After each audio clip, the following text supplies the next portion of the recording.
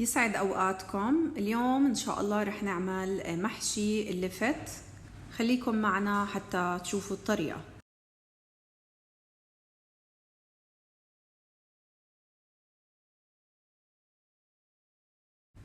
بالبداية نقعت 3 كاسات من الرز قصير الحبة أو الرز المصري بالماء البارد لمدة ساعة.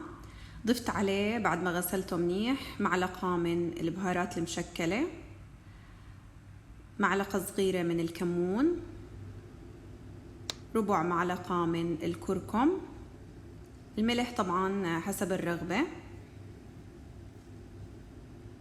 الزيت النباتي رح نضيفه كمان، واللحمة المفرومة. هلأ هيك صار عندي شكل التتبيلة أو شكل حشوة الرز بعد ما حركناها. لاحظوا كيف نسبة اللحمة متناسبة تماما مع كمية الرز الموجودة معها. هلا التتبيلة أخذتها وحطيتها في طنجرة على النار. رح أضيف لها فقط 1.5 كاسة من الماء المغلي، لأنه الهدف هو إنه نجعل الرز يستوي نصف استواء. يعني أنا ما بدي إياه يستوي بشكل كامل، فقط نصف استواء حتى يكون جاهز كحشوة للفت المحشي. رح نحط الرز على نار متوسطة الحرارة. بمجرد ما تنشف المي الموجودة على الرز أنا خلص على طول رح أسكر الغاز أو النار تحتها. الرز عندي صار جاهز، استوى نصف استواء. رح أترك الرز لحتى يبرد شوي ويكون جاهز للحشي. بالنسبة لحبات اللفت هون أنا اخترت أحجامهم متقاربة جدا. الهدف إنه بيستووا تقريبا كلهم بوقت واحد. إذا اختلفت الأحجام في إشي رح يستوي قبل إشي، فيفضل إنه تكون الحجم لمعظمهم يكون متقارب. غسلتهم كتير منيح. هلأ رح نقشرهم.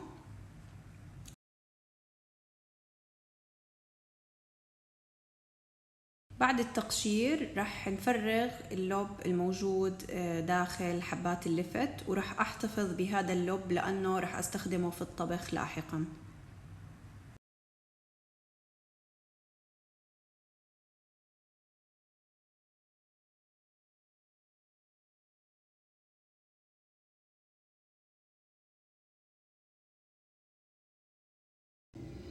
هيك احنا بنكون افرغنا كل اللب الموجود في حبة اللفت. السمك من جوا متساوي. السمك بده يكون يعني رفيع، ما بدنا نخلي فيها اشي كتير. رح نحتفظ باللب زي ما قلت لكم. هلا انا رح اكمل كل الحبات الموجودة عندي وبنرجع. هلا بالنسبة لللب رح اخده واحطه في طنجرة. رح اضيف عليه مقدار كاسة لكاسة ونص من الماء البارد. بعدين رح نحطه على نار متوسطة حتى يغلي شوي. بعدين بنخفض النار عليه. بدي اللب يستوي ورح نستخدمه لاحقا في الطبخ.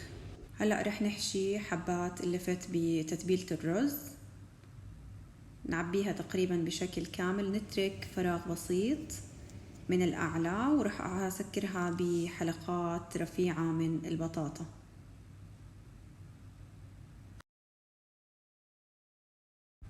هيك خلصت جميع حبات اللفت، حشيتهم كلهم، وزاد عندي شوي من التتبيلة حشيت فيهم حبات من البطاطا.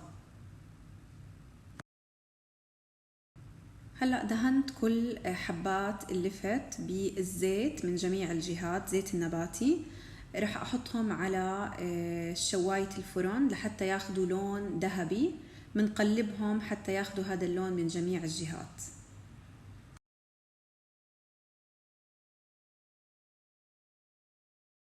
هيك صار عندي لب اللفت مستوي تماما.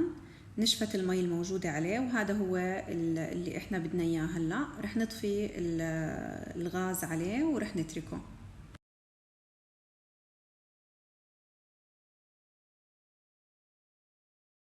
هيك صار شكل حبات اللفت بعد ما حطيناهم في الشواية أو على شواية الفرن. أخذوا اللون الذهبي. رح نحطهم بهذا الشكل فوق اللب، وفوقهم رح نضيف الصوص. لعمل الصوص رح أحتاج ليمونة، رح نحتاج نص كوب من الطحينة، رح أحتاج كوب من اللبن، ملح، وتقريبا كاستين من الماء.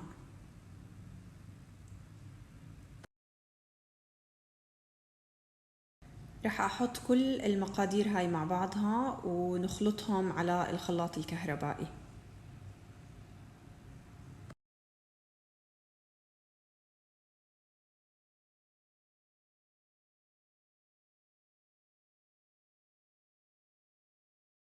هيك صار شكل الخليط بعد ما خلطناه على الخلاط الكهربائي، قوامه متجانس. رح أضيفه فوق اللفت، رح نغمره بشكل كامل.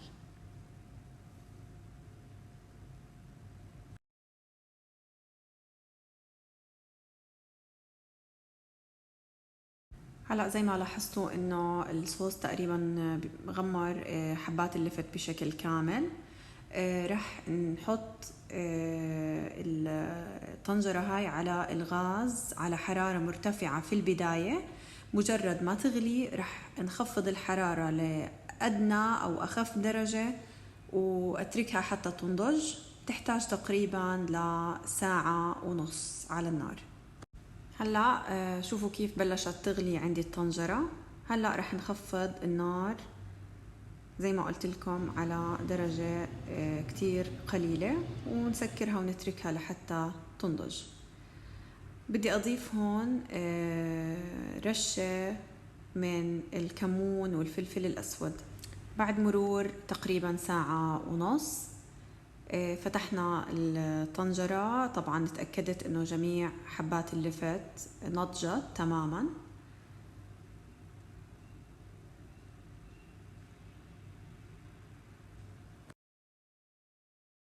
رح نعمل قدحة الثوم مع الكزبرة.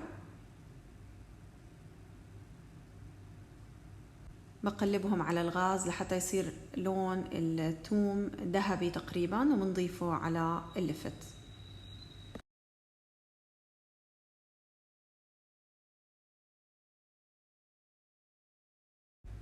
هيك بتكون هاي هي الخطوة النهائية. هلأ صار الطبق جاهز للتقديم.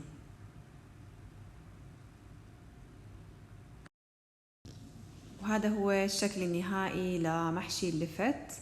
بتمنى تجربوا الطبق وينال إعجابكم. صحتين وألف عافية، وإلى اللقاء.